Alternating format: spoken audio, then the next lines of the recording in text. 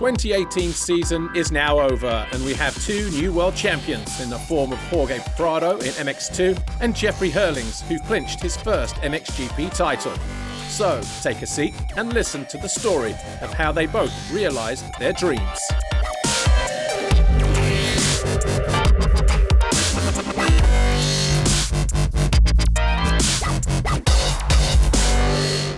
I didn't know if I could make it this year, but for sure after a season like last year where I could already be 5 times on the podium and get 3 wins, even though the season went a little bit with up and downs. This season I worked really hard and I could make a really good season being consistent, so well, I could expect it after a couple of races. You know, being world champion, it's unbelievable, you know, especially for me, and I really like this sport, so I live it like I really like this.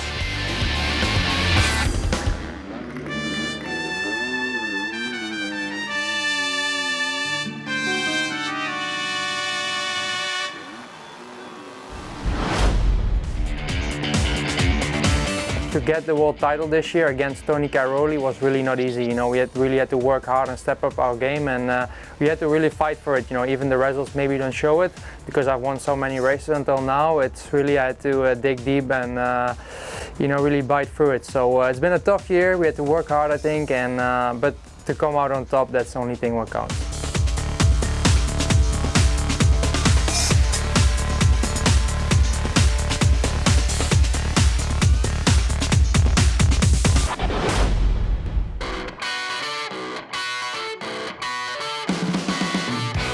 This year in MX2, the reigning world champion Paul Jonas will face new opponents to fight for his crown because his main rival from last year, Jeremy Seewer, is now in MXGP. The Latvian had a good winter preparation in Spain, but he's now the lone MX2 rider under the team awning. So will this bring a little more pressure for him? And will he be able to keep a cool head like he did last year?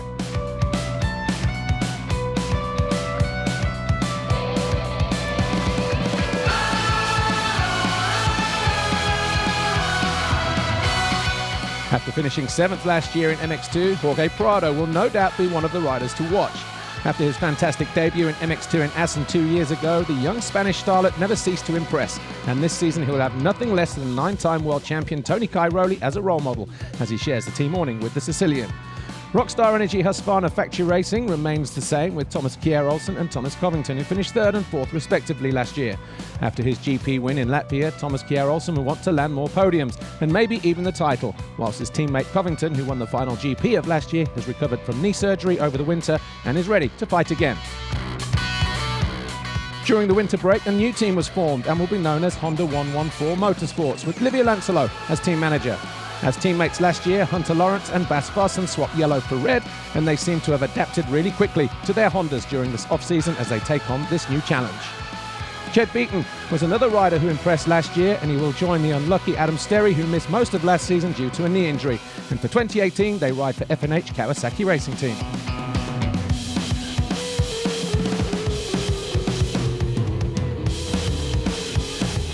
Khmer Yamaha official MX2 team has had a major revamp during the off-season and boasts no fewer than 3 new riders for 2018. Sever Brolyakov joins Yamaha from Kawasaki, whilst Ben Watson and Jargo Geerts both moved from KTM. And for Geerts, it will be his first full season in MX2. Calvin Valandren will be the only HRC representative in MX2, and the South African rider will not only race for a factory team, but he will also be entrusted to develop the brand new CRF 250 Honda. Aside from the favourites, there will be some newcomers moving full-time into MX2, including the 2017 EMX 250 champion Morgan Liciardo and Marshall Weltin. But will they be able to step it up like Thomas Kjær-Olsen did 12 months ago? With all of these changes, the landscape of MX2 has undoubtedly changed, and it promises to be an exciting season.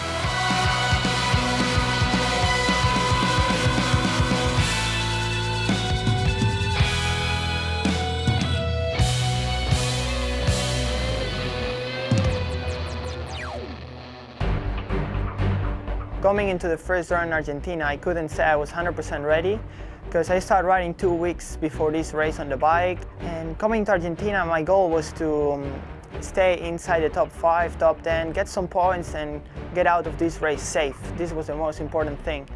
The race didn't go as planned, but I knew there was some positive things that I could take out of this GP.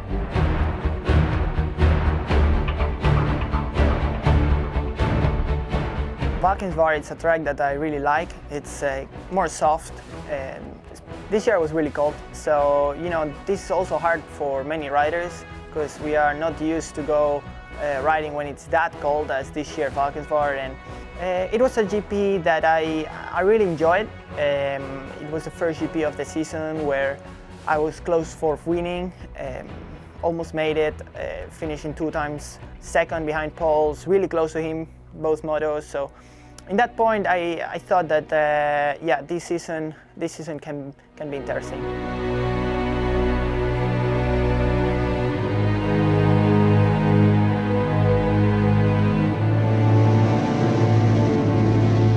Home GP in Spain, it's always great. Hearing the crowd cheer on you when you pass by, it's great. But it was a GP where I put a lot of pressure to myself, especially that second moto where I knew I had to win to get the overall and win the GP in Spain. So it didn't go perfect. I pushed myself a little bit too much and just the speed wasn't there. I did my best, came out really happy from the GP in Spain. 3 GP victories in a row now for Jonas, the defending champion. Prado was third and still warming up, but was already 45 points behind the Latvian, who'd held the red plate since the beginning of the season.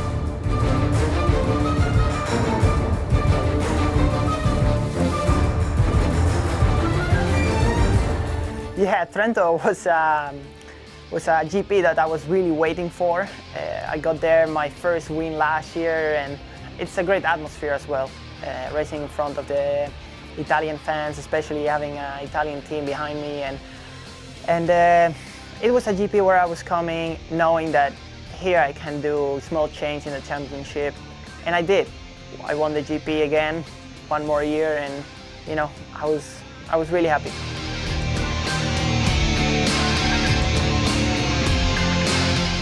Prado won the overall once again, and he's now second in the standings, just 28 points behind Jonas. After Trentino, the riders headed to Portugal, where Prado went 1-1 in front of many Spanish fans, as Jonas struggled with a difficult second race.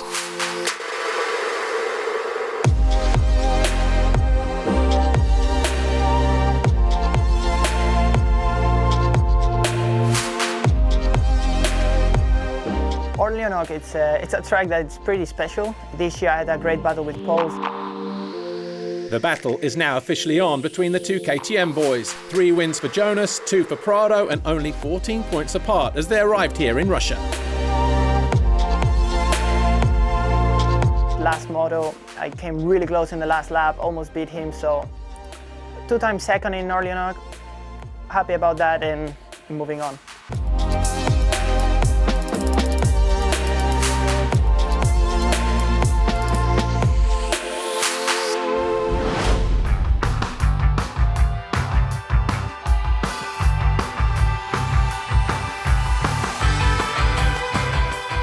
Latvia, it's a track that is good for me. It's a little bit softer and it's pretty bumpy, gets pretty bumpy and rough. And yeah, going to race in the home GP of my biggest rival, it was interesting as well. I was coming there really motivated because it's a track that I like. This year they changed the side, so we were riding in different direction, and it was really nice riding the track like that. Thomas Kjær-Olsen, a massive congratulations, your 2nd career victory, and once again it's here at Kegums. Yeah, amazing that it's gonna come here again in Kegums, but I'm not complaining. I rode really well all weekend, and yeah, I'm just so happy to come out on top here. It's yeah, all of you guys were talking so much about it, so I think I had to do it. Well deserved, good job. Olsen won, Hietz was 2nd, and Jonas was 3rd. Otobiano, hot. This year I've been training way more than last year, also I could rest more. And I don't know, I just got probably physically stronger and mentally stronger, so coming to this round I wasn't really scared at all. I really enjoyed riding in the heat, didn't struggle, won the GP, perfect race. Sandy, all I could ask, perfect weekend. The first part of the beginning has been really good. Like I was really strong in the first races. Then Italy and Portugal didn't went as smooth as I wanted, and had some troubles. Didn't feel the best. But after overall I get better, and feeling good now. We are reaching halfway, and I'm really feeling good for the second part of the season. And for sure, it's always nice to go to new venues and to go to new tracks. So I'm really looking forward for those new tracks. It's always a great experience. Prado won in France and Ottaviano, and the Huskies of Olsen and Covington helped the Spaniard close the gap on Jonas as we prepared to head south to the Asian rounds.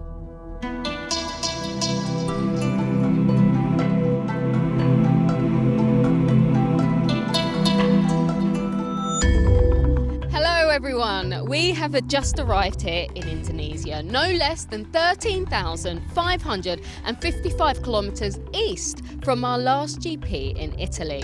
This Indonesian venue was on the calendar last year, but this weekend all the fans will be focused on is the close battles that are happening in both categories.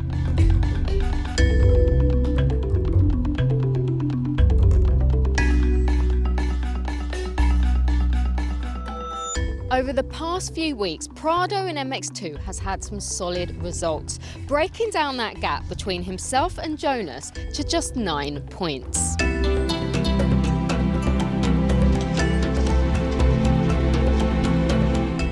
Welcome to Indonesia for round 12, the MxGP of Indonesia.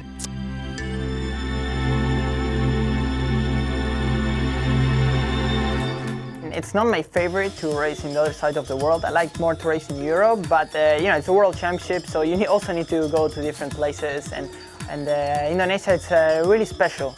Now, if I think back, it's a special GP, a totally different culture, and the track also pretty different.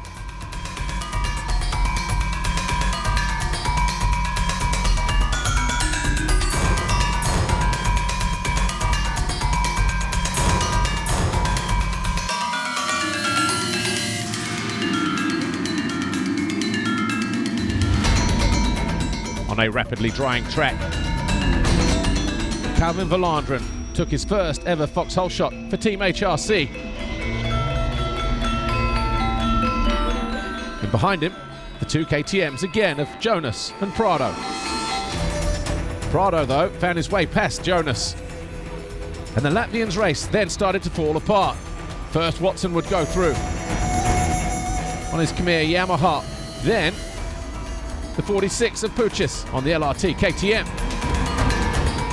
All of a sudden, Jonas was languishing in around 5th place. He then got pushed down to 6th as Covington, your winner from race 1, also found his way past on the Rockstar Energy Husqvarna. Bjargo Geerts also found his way past the defending champion.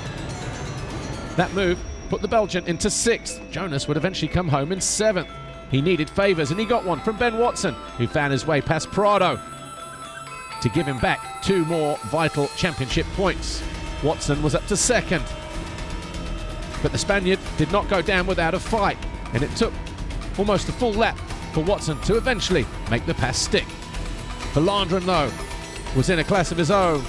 He took his first ever foxhole shot, his first ever race win, and with it, his first ever overall Grand Prix victory, the first for a South African since September 7th, 2008. Tyler Rattray picking up the win that day. Covington was 2nd overall, Prado 3rd, Watson and Jonas rounding out the top 5. Jonas now has a slender 7-point lead over his teammate Prado.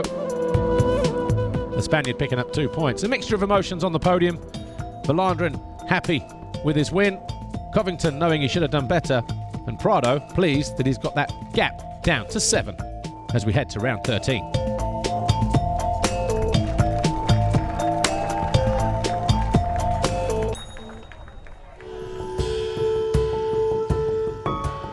For sure, I like a little bit more Indonesia, and actually before coming to Indonesia I was not so excited. With the weather we had last year, it wasn't a great event for me and also for the whole MxGP. So we were lucky a bit this year with the weather, and obviously with my result I was super happy. And that changes the whole thoughts of Indonesia. I actually enjoy to come here, and it's a nice place.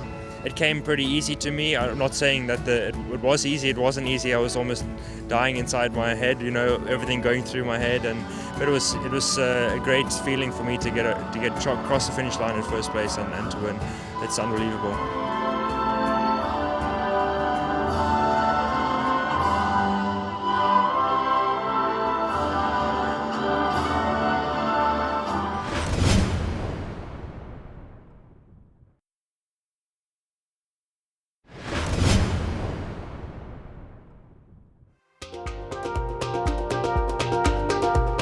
Semarang is the perfect example of a large but traditional city where you can find some beautiful places like this.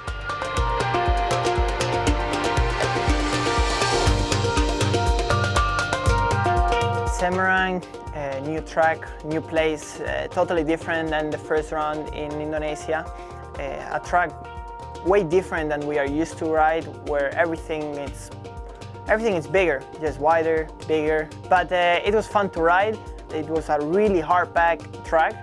I think to be the first GP in that place, it was a good GP. Well, in the first moto, I start first, and then Pauls passed me in the first lap, and after the finish line, he crashed. And in that moment, I knew that I really had to push to try to make the most distance between us, so to try to win that first moto. But honestly, in that first moto, Pauls was faster than me. He came back, passed me, and then I stayed with him till the end, but you know, he had that extra speed. Coming into the second moto in Semarang, I started the race and I whole shot. He crashed, but I didn't know he crashed, so my goal was to push every lap, and that's what I did.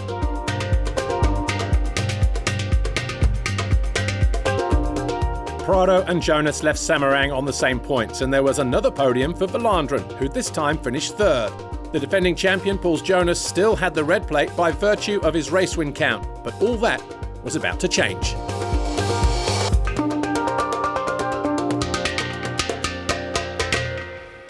It was a really special race for me. I got the red plate over there after 2 solid motos.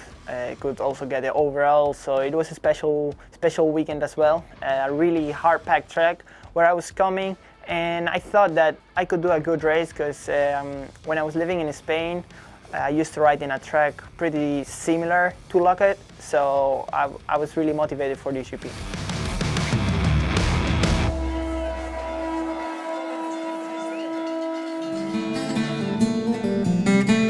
After a 4-year absence, the MxGP World Championship is back in Bulgaria.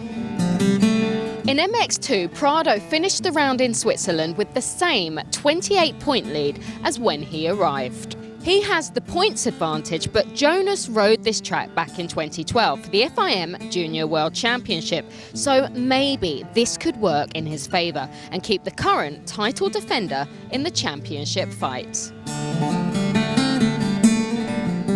Bulgaria, it's a track that I really like already since the first time I've been there in 2010 with the 65. I saw that this track was special. Those uphills and downhills were really special. So coming to this GP this year, after 6 years of not racing in Bulgaria, was special as well, because the last race before this year that I raced in Bulgaria, I got the European Championship title, 65. So yeah, it was exciting going back to that track, and especially this year with the red plate and getting the win there was really cool. In Bulgaria, Prado extended his lead to 30 points, and the Spaniard was looking really solid. Jonas crashed in race 2 and knew he needed to react if he wanted to keep his title. Turkey was a difficult GP, let's say. Everything happened. On Saturday, Pauls had the qualifying race win, I was second. On Sunday, first moto, I started first, he passed me, and then I was coming close to him, and I decided to make a pass. Both lines got together, so he jumped on me, but he crashed. I got out of the track, and that allowed Covington to get that first moto win.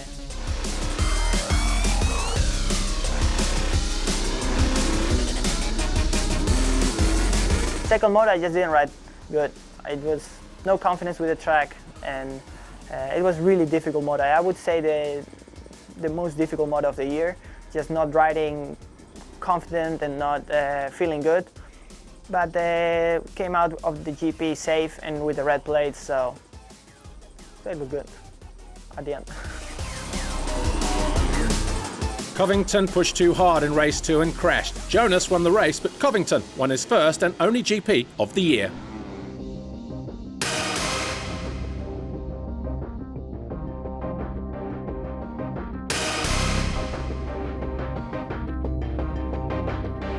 Yeah, just try to put in some solid laps, but I think it was paused from the beginning. I'm not sure. I just I really wanted to go 1-1, you know. Never done that before, so that was most of my motivation through the whole race, and then just pushed it a little bit too hard on a slippery spot over a single in the back, and yeah, I thought I'd maybe lost it, but just try to get back up as quick as I could and not let anyone else by me. So I'm just super happy, and can't thank the whole team, Rockstar Energy, Husqvarna, for everything they do for me.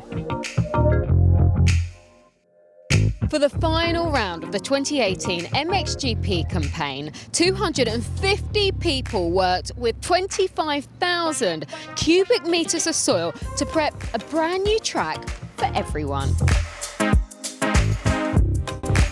In MX2, the battle for the title finished prematurely this week. Prado arrives here with a 46-point lead on Jonas, but the defending champ couldn't avoid having knee surgery and, frustratingly for him, will miss this final round. So, Jorge Prado is the 2018 MX2 World Champion.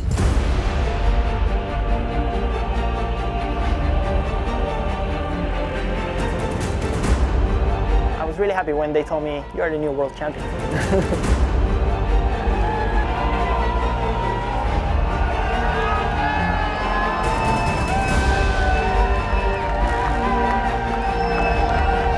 I worked really hard for it, and we all got it, the team too.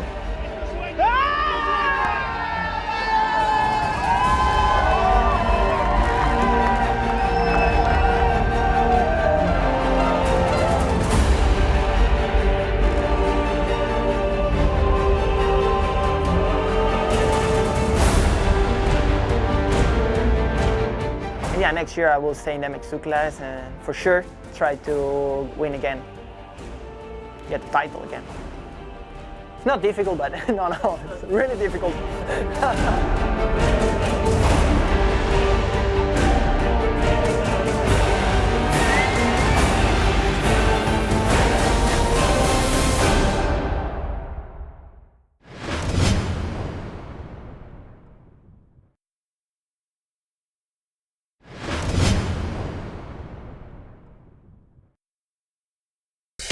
For the opening round of MXGP 2018, let's give you a quick heads up as to who will be lining up behind the steels for what we hope will be another exciting year of FIM Motocross World Championship action. Some teams remain unchanged, but there are a handful of teams eager to give riders the opportunity to be a part of MXGP, so let's take a closer look. Monster Energy Kawasaki Racing Team will take to the grid once more with Clément de Sal, but his teammate for this year will be an MXGP rookie in the form of Julian Lieber. The newcomer moves from his own private LRT team to become a full factory rider in an all-Belgium lineup. Monster Energy Yamaha Factory MXGP team remains unchanged with Roman Fevre and Jeremy Van Horbik. Much has been written about the new Yamaha YZ450 FM, so both riders will be looking to impress their paymasters. If they are consistent, they will no doubt be podium contenders at the very least. Red Bull KTM Factory Racing also remains unchanged with 9-time world champion Tony Cairoli spearheading the Austrian charge once more, and he will remain with the KTM factory for 2 more years. He will of course be joined by Jeffrey Herlings and Glenn Koldenhoff. Rockstar Energy Husqvarna Factory Racing has stripped its operation back from 3 riders to 2, with Gauthier Paulin lining up alongside Max Anstey. Both riders will also be developing the new Husqvarna Factory FC450, and so far all the signs are looking good. Team HRC has had a bit of a makeover for 2018, but Tim Geiser will once again be team leader, although he'll be missing from the lineup in Patagonia due to a recent pre-season injury. Tim will be joined by former HSF logistics rider in the form of the rookie Brian Bogus, who steps up to MXGP, but he too will miss the season opener as he recovers from a broken foot. TM Racing factory team has big plans for 2018 as it lines up in MxGP once again for the first time since 2015. Wilvo Yamaha official MxGP team welcomes a third rider to the already impressive lineup. Joining Sean Simpson and Arno Tonas, who is unfortunately injured for this first round, is two-time MX2 Vice World Champion Jeremy Seewer. And whilst the Swiss star is no stranger to the 450, he'll be making his Premier Class debut in Patagonia in a new team and on a new bike. Petar Petrov and Aminas Jasikonis have had a tough job off-season as they were late signings to their new home at Team Honda Red Motor Asamoah. It's never easy switching teams, but even harder when you're coming back from injury, as is the case with Jasikonis, or moving up from MX2, as Petrov has done, who enters MxGP as a class rookie.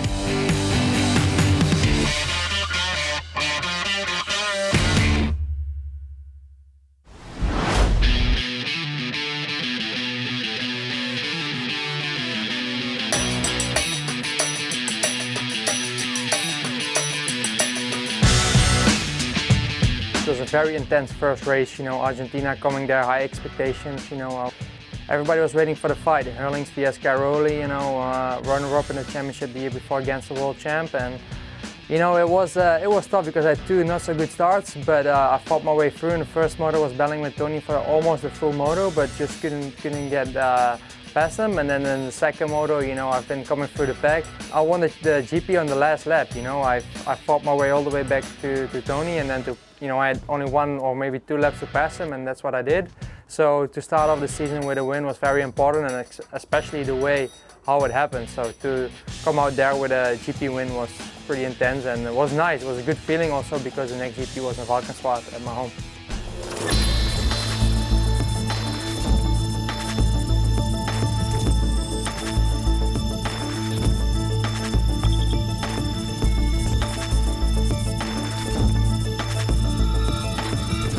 Coming to Valkenswaard especially, it was round 2 of the championship, and it was a special one because I haven't really rode that much in those conditions when it's so cold. I don't know if people remember, but it was really cold that day, and we went 1-1 against Haas. Weren't that great, but the riding was good, and I fought my way up to a 1-1 that weekend, so felt really good all weekend long, and extended the championship with 6 points. So it was a good weekend, and to win for my home crowd was amazing. I think it was 8th win or something in Valkenswaard, so that was pretty nice.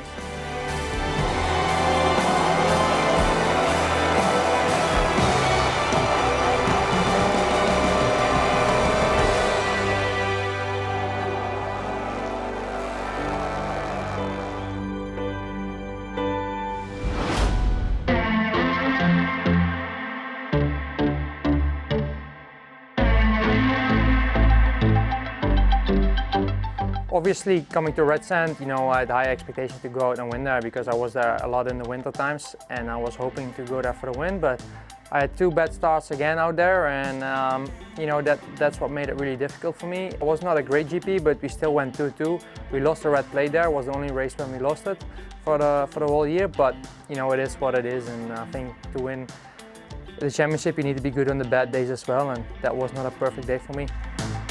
Tony Cairoli took back the red plate, but he and Herlings were now on the same points as we headed to Italy.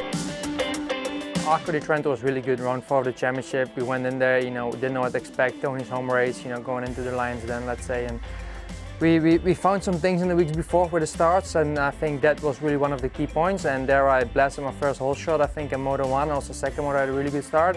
So I think that really helped at that track. It's a pretty tiny track, I would say. That's what I personally think. And to have a good start there was important, and to go there 1-1. And I extended the points lead with 10 points over Tony that weekend. So it was a great one to obviously beat Tony in front of his home crowd, and at a track which is not my favorite. So that was good.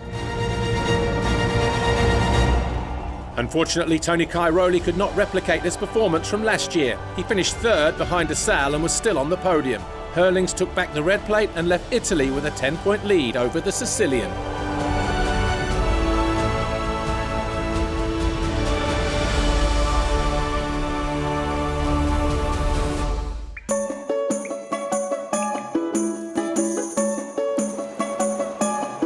This is the second time the MxGP calendar has stopped along the beautiful beaches of the Black Sea.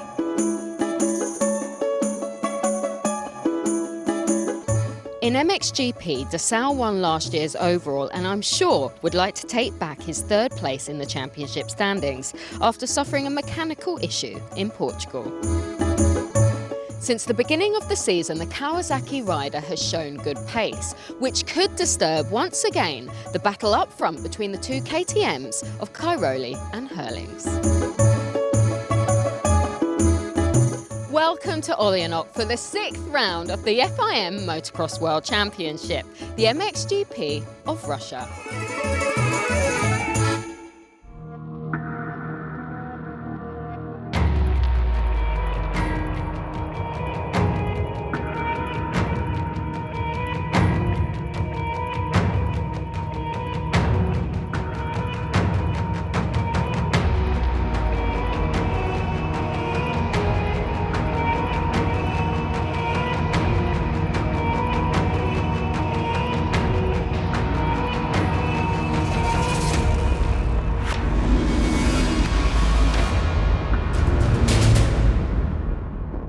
Coming to Russia, it was a tough one for me because we had some problem on the way there. We lost our baggage and you know, I had like 1 or 2 sleepless nights because we didn't know where the bags were, where my riding stuff was, and whatsoever. And with the visa, it wasn't easy. So you know, coming in there, I was already really tired, and it was actually one of the races I didn't win this year. Kawasaki won that weekend, and we went 3-1, and still was a good day for the championship. But it was different to the year before. The year before was very muddy, and this year it was hard and pretty concrete even, so it was a hard track. But we enjoyed it, 3-1, not the best of days, but you know, it was good for the championship.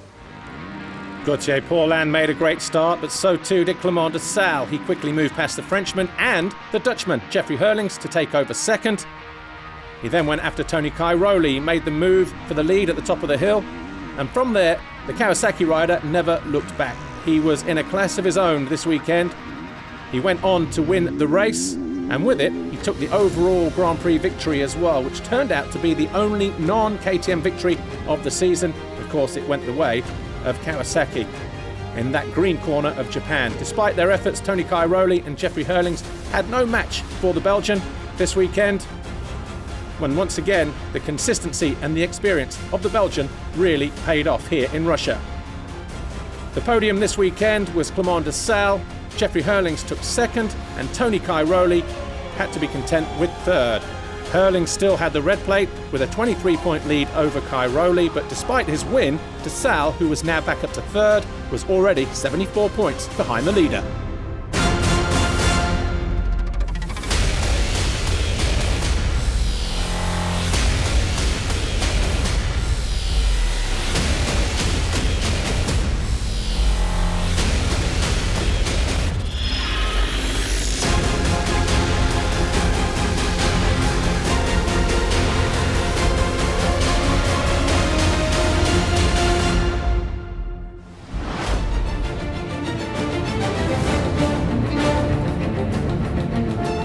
After Russia, the riders went to Latvia. Herlings was victorious there again and Cairoli finished second. But in Germany, everything changed. Many riders shone at Teushenthal, and there were some mixed emotions as well. Paulin and Geiser found their way to the podium. Meanwhile, Tony Cairoli and Romain Febvre had some troubles. Jeffrey Herlings won and opened up a big gap in the championship between him and Cairoli, who finished 6th overall this weekend.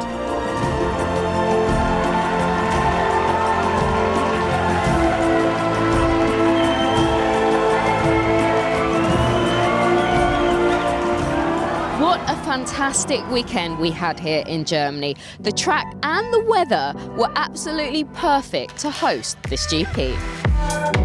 For the first time this season, Cairoli was yet to appear on the podium, allowing Herlings to gain valuable championship points.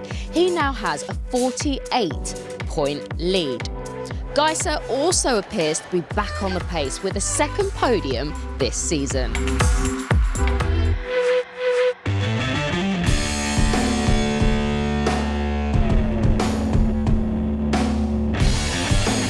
Great Britain was one of the most intense races I've had this year and even in my career, because both starts I was good, but Tony took both times whole shot, I think, and you know, I had to chase him and run him down and try to pass him. And first moto, it got gnarly because we even touched, just a small touch, but obviously Tony crashed.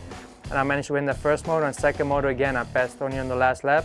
So it was very intense battling and a very intense race, but I loved it, I liked it, was a good weekend. But that was a tough one because we really had to go until the wire, and yeah, I was lucky to come out on top. Matchley Basin was once again a theatre of drama. The podium was a little bit quiet, but Herlings celebrated his 7th Grand Prix win of the season as Roman Febvre climbed the podium for the first time this year, with 3rd overall.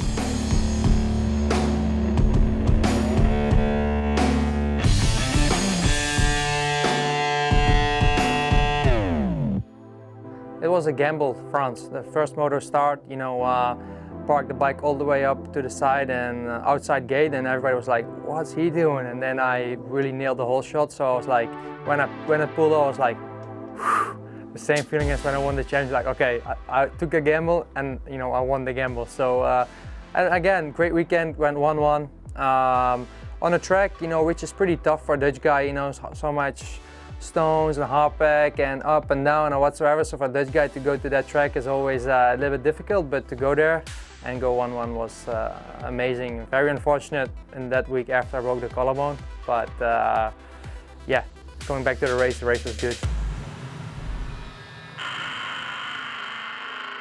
We won 9 out of the 12 GPs this year, but you know, sometimes it's good, sometimes it's bad, because I'm always living on the edge and taking some risk, and maybe sometimes too much risks. Sometimes you get punished for that.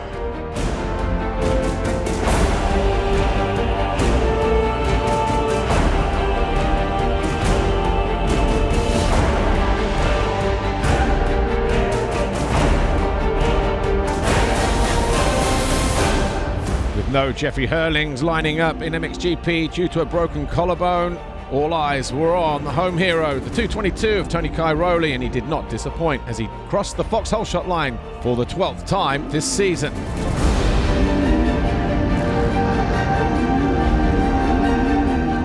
When I had the practice crash, I think somewhere in June, you know, halfway the season, you know, we were leading with 62 points, if I remember right, and then, you know, I broke my collarbone and I was like, oh God, no, not again, you know, so I really had you know, I started getting sweaty hands, and it was a tough time, you know, also mentally to watch behind the TV the race in Ottobiano and to see your biggest competition go 1-1, get the full 50 points, and yourself being on the couch with a lot of pain, being injured with 2 broken ribs and a broken collarbone. So at that point I was like, oh no, not again, please. But you know, we fought our way through, and you know, there's always light at the end of the tunnel, and luckily that was for me as well this year.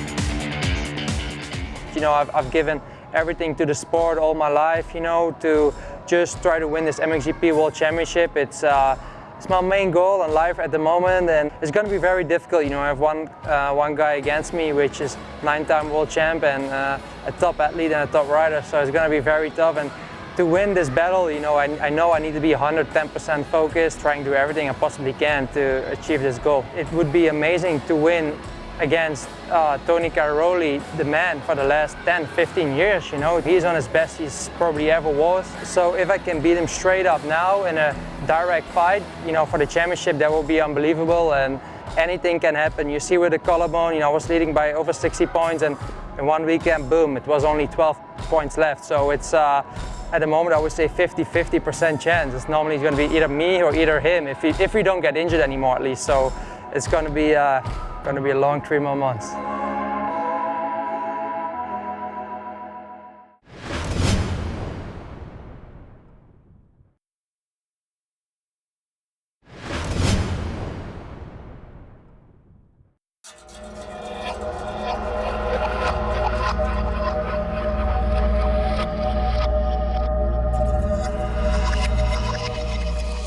Going to the MxGP of Lommel, I felt like coming into my house, you know, just feeling home and feeling with the Dutch and the Belgian fans out there was amazing. You know, we had 2 dominant performances, 2 good starts, and going 1-1, so very happy and pleased with that. Max Anstey took his first podium of the season, once again in Lommel.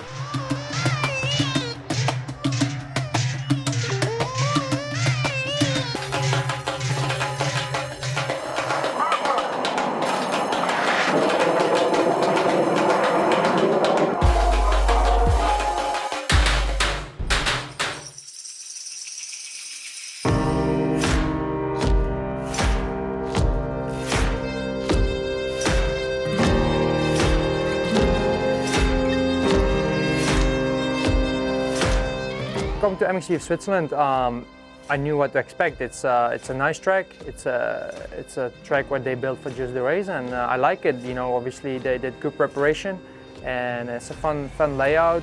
And you know, most importantly was the results, what we went home with, and that was also a 1-1. So really enjoyed my weekend there. The Swiss fans were amazing. So really pleased with that, and did good things for the championship there, because my biggest competition, Tony Caroli, had not such a good weekend there, and he had a pretty good big crash in the first moto, and very unfortunate. But yeah, for the championship, for me it was a good event. After a 4-year absence, the MXGP World Championship is back in Bulgaria. Cairoli won the overall the last time we were here back in 2014. However, whilst pushing the limits in Switzerland, he fell, losing valuable championship points in race 1. But what could be more worrying is that he was far from 100% in race 2, and since then had to run some tests. I was very scared, you know, to see the response of the doctor, because I thought was something was going on, was bad, you know, during the weekend, because I felt a lot of instability on the knee, and I already had this injury before and it feels quite similar. So I was very scared, you know, that I had to stop the season earlier than we want to. I rest all week now, and I still have some strange feelings on the knee, but I had okay from the doctor, so I will try to do my best also on this track. Tony Cairoli led from Jeffrey Herlings, Tim Geiser and Clement de Salle. But it wasn't long before Herlings made his move. A mistake at the bottom of the hill by Cairoli allowed Jeffrey Herlings to take over the lead, and from there he never looked back. The podium this weekend was Herlings, who won the race and the Grand Prix. Geiser was second, de Salle was third. Cairoli this weekend was fourth. I never really thought like, hey, it's gonna be my championship, because when I started thinking that, I broke my collarbone. So I said to myself, I'm not thinking about the championship. I'm not going for 5th or 3rd or play safe. I'm just gonna go there, have fun, do my best and try to win, and every single time go out and try to win. You know, I felt like that was the best tactic to, instead of defend, just fight, you know. And yeah, it was, but the day in Assen for sure was, you know, the nerves were coming, you know. I was really scared to get injury through practice and whatsoever, but we played it all safe, and we came there, and we even won it in domination style, you know, won over 30 seconds the first one in front of my home fans, and it was maybe the best day of my life, you know, to win there in front of my home crowd, the full tribune, many orange, and it's like an unpayable moment, you know, like that feeling, that moment, that adrenaline is just hard to describe, you know. You want to cry, but you want to smile at the same time, and you feel like so released because you finally have the championship, all the pressure falls away. So yeah, it's just an amazing feeling. To become 3-time MX2 World Champion and MxGP World Champion, that's, you know, one of the biggest championships you can win in this sport. So obviously the only thing I want to do is repeat it, you know, repeat to become MxGP World Champion again in the future. So that's our goal, and that's what we're going to fight for. You know, it's hard to calm down, you know, because the competition, they will keep pushing and they want to beat me, they want to win. So I also need to step up my game and keep working hard, you know. Nothing is going to come for free in life, normally I always say, so we have to keep working, and definitely straight after the Nations, we have a few more things to do, but then I'm going to take a nice few weeks off, not riding, and just enjoy the time off the bike and enjoy some other things in life. And then, you know, once we have to get back working, we'll have to do it. And, you know, before you know, it's already 2019 season, so it's the time flies.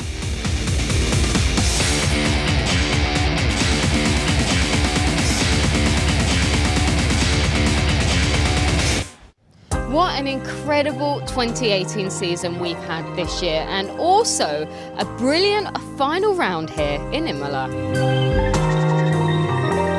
It was pretty much the perfect season for KTM, with crowning 2 new world champions. Jorge Prado claimed his first MX2 world title, and Jeffrey Herlings won his 4th world title.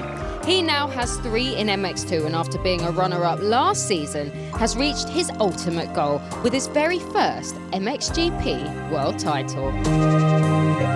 The battle was also really close between de Salle and Geiser, but in the end, it was de Salle who finished 3rd in the championship. Now, there is no time to rest, as many riders will be representing their nation next weekend at the Monster Energy FIM Motocross of Nations. So we'll see you there.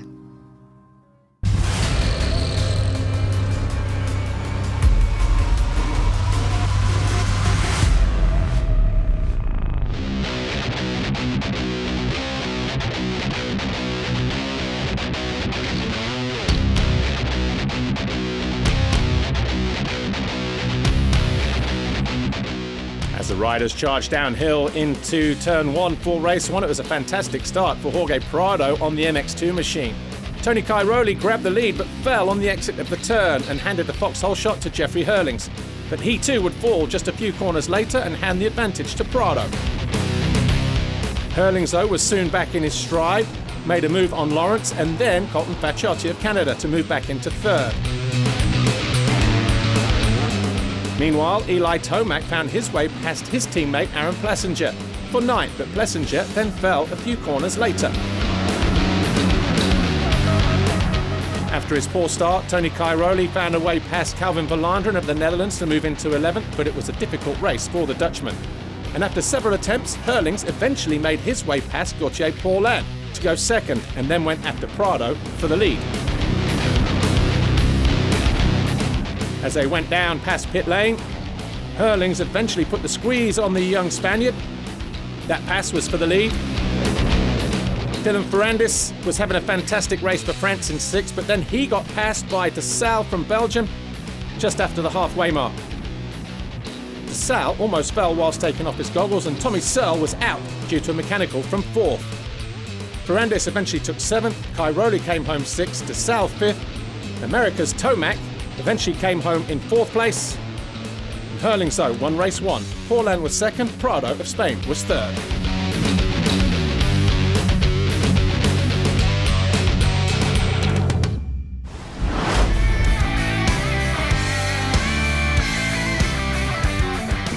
At the start of race 2, Henry Jacobi and Travis Pastrana had bike issues right before the gate drop. The rest of the riders charged down into turn 1. Alessandro Lupino thought he made the start. He tagged a rider on the exit of the turn and was lucky to stay up. This time the foxhole shot went to Glenn Koldenhoff of the Netherlands. As he opened up a lead, in front of Prado, Watson was in 3rd and Jeremy Seawer was 4th. Dylan Ferrandis made that move around the outside of Harry Kulas to move into 7th place as Hunter Lawrence started to find his way through traffic. He made a move on Medaglia, and then Ferrandis moved up to 5th. Ferrandis also passed the Canadian for 6th place. Mitch Evans from Australia fell from 9th, and Justin Barsha of the United States took full advantage. Meanwhile, on lap 7, Hunter Lawrence overtook Seawer. That was for 4th place, and he was the 3rd best MX2 rider after Watson and Prado. Jordi Tixier of France then fell from 14th as he tried to make a move on Chervelin of Italy. With Prado and Watson battling the whole race for 2nd, Hunter Lawrence was closing in fast. And with 2 laps to go, the Australian made a move on Watson down the inside into a tight left. That put him into 3rd. And around the same time, Jordi Tixier went out with an engine failure. France, all of a sudden, were in danger of failing to lift the trophy for a 5th consecutive season. Hunter Lawrence, though, found his way past Prado. That put him into 2nd. Dylan Ferrandis fell in what was a nightmare race for Team France. He went from 6th to 8th, but it was Glenn Koldenhoff who rode the perfect race to win. Lawrence was 2nd, Prado 3rd, Watson and C were your top 5. The final race of the day. Travis Pastrana on board right to the outside, but this time Alessandro Lupino made sure that he picked up the foxhole shot, but Glenn Koldenhoff quickly found his way into the lead on the opening lap. As he started to pull clear, Jeffrey Herlings made a move on Cairoli, top right corner of your screen, to put himself into 7th, but Koldenhoff led from Lupino, Paulin and Roxon. Jeffrey Herlings was in a hurry, snuck up the inside of Max Nagel. That put him up into 5th, and just shortly afterwards, Cairoli also made a move on the German. Herlings then squeezed past Jorge Prado for third, and in the same corner, Cairoli also passed Roxon for fifth. Herlings then passed Lupino on lap 4 to take over second position. At the top of the hill, Prado and Cairoli almost touched. The championship was down to French and Italian teams. Prado stayed third briefly, but then Cairoli dove down the inside of the Frenchman. He then had to throw his goggles, and that was a massive turning point in the race.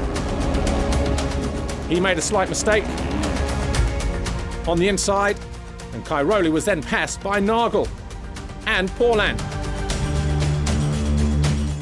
Lupino also came under threat and was passed by Nagel.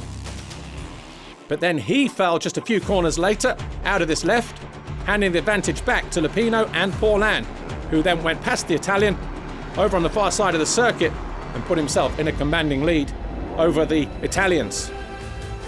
Glenn Koldenoff, though, was supremely sensational. He came over the line with a double moto win. That helped the Netherlands to the third step of the podium. Prado, though, was victorious for France. Italy, the Netherlands rounding out the podium here in the USA. And despite all their problems, France are the world champions yet again. Fantastic performance, though, from the Netherlands, down to 2 riders as they went into the second race, and Italy on the podium for the first time since Germany. Another fantastic advert for MxGP and the MXoN, this time in the USA. Once again, the Monster Energy FIM Motocross of Nations was totally epic. The fans were on their feet until the very last moment to witness another page of motocross history. The European riders showcased their dirt bike skills and took up every step of the podium, and did so on American soil. The battle was close between Team Italy and Team Netherlands, who finished second and third respectively. But for the 5th consecutive time, Jorge Prado and his French teammates will be taking the Chamberlain Trophy back home to France. We're now going to celebrate before recharging our batteries, so we're ready for the 2019 MXGP season. Bye for now!